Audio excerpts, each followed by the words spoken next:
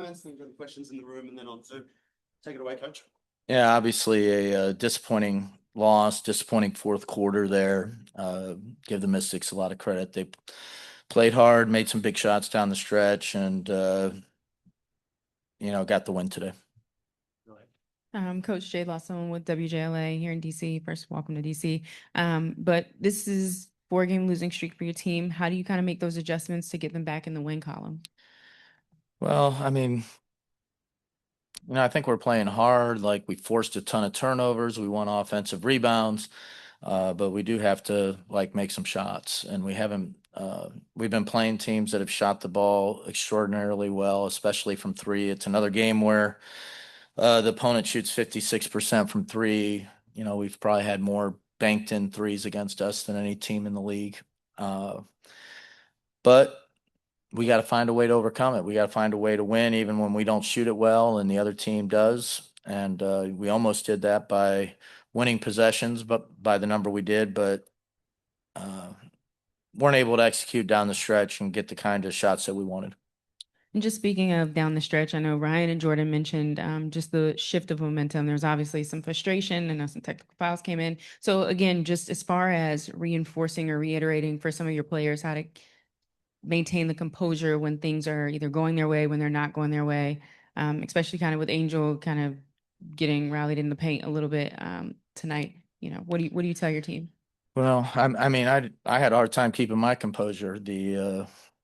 I don't want to take anything away from Washington because they played great, they shot it great, but the officiating is horrendous, and some of the things that I see out there are just borderline bizarre, like some of the overturning of calls or some of the calls that they make. And, some changes need to happen somewhere because the players are too good to get some of the calls that we're receiving right now.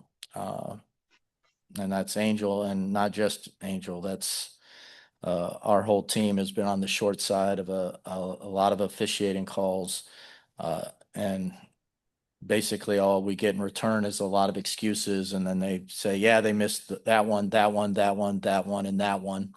Okay, but the game's over now, and we're just going to see these same officials year after year. And if they're not going to get better, what are you going to do about it? So I think our players have a right to be frustrated with that.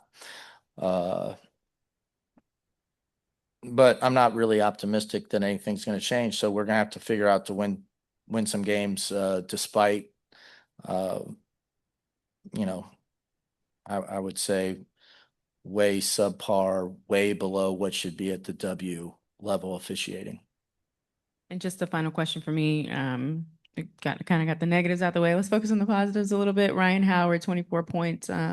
Just what does that say about her tenacity, being able to continuously lead this team and consistency? Yeah, Rice had a fantastic year. Like, she's been one of the best players in the league, two-way players in the league all season, and is continuing to play really well. Sorry, one last question. I'm sorry, I just thought about it. And then All-Stars coming up. Angel mentioned just kind of feeling disrespected that a lot of Atlanta Dream players were not included. Just your thoughts on, if you feel like Atlanta Dream players were omitted from All-Star this year.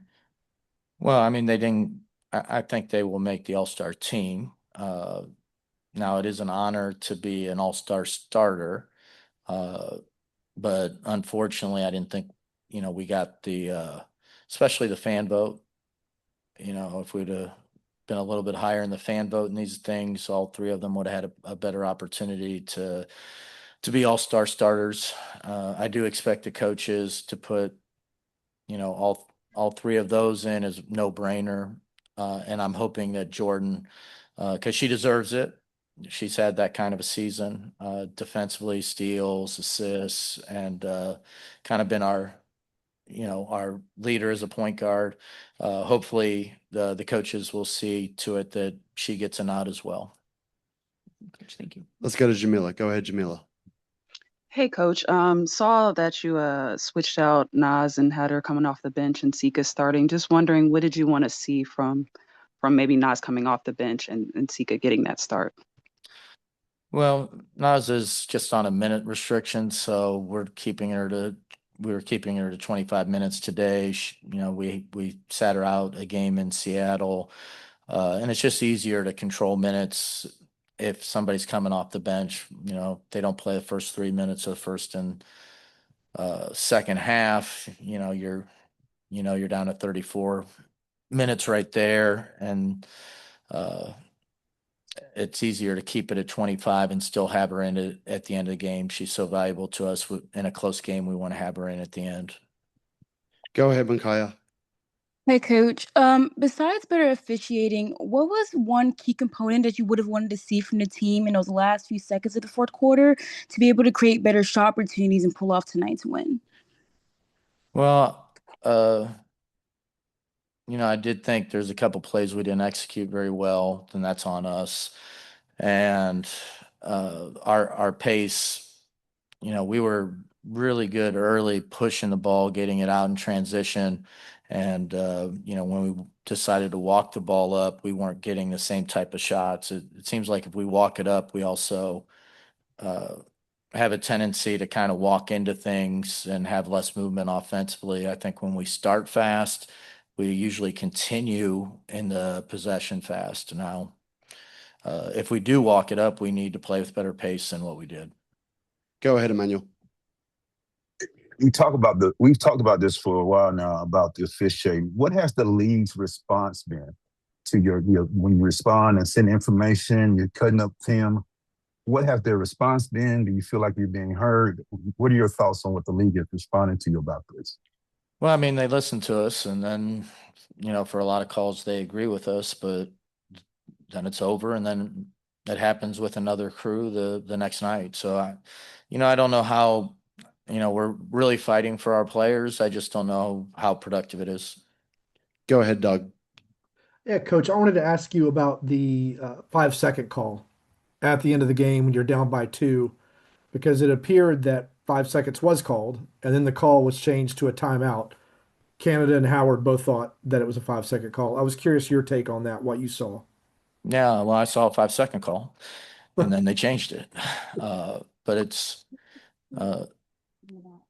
just a baffling number of times this year where uh, calls have been changed.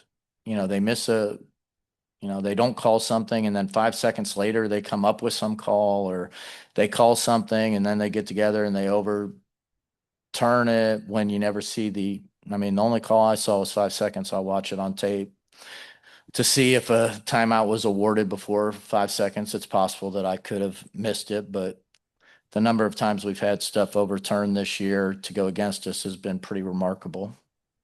Go ahead, Michael.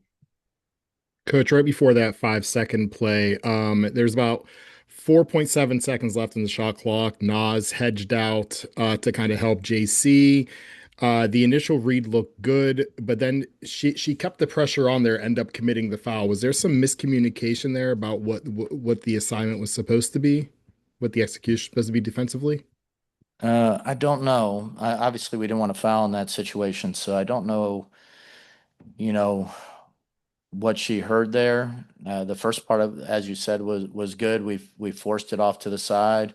For a second, I thought we were going to throw in a trap, which we did talk about in a timeout, but it was only going to be a certain ball screen, and that wasn't it. So I'm not sure. I don't know if she was trying to foul. I don't think so. I think she just was a little over aggressive in that situation.